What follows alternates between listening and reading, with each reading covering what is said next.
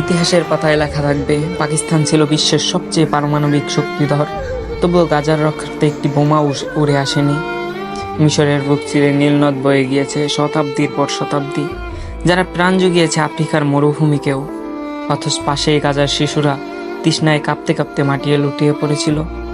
আরব আমিরাত ছিল তেলের সাগর, তেলের সাগরে ভেসে থাকা বিলাসী সাম্রাজ্য, কিন্তু গাজার অ্যাম্বুলেন্সগুলো পেট্রোল না পেয়ে রাস্তায় দাঁড়িয়েছিল নিঃশব্দে। নীরবতা যেন তাদের একমাত্র আর্তনাদ। সর্বোচ্চ আশা প্রত্যাশার অসংখ্য চোখ তাকিয়েছিল তুরস্কের দিকে, নেতৃত্বের স্বপ্নে বিভোর। উম্মাহের দাবি করা মুখপাত্র, তবু গাজার জন্য তারা কিছুই করেনি। না রসদ সামগ্রীর সাহায্য, না সহযোগিতা, না নিরাপত্তা নিশ্চয়তার কূটনৈতিক আগ্রাসন।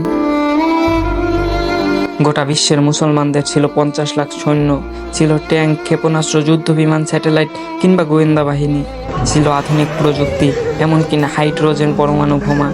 কিন্তু গাজার আকাশে একটাও ছায়া পড়েনি, গাজার দিকে কেউ হাঁটেনি।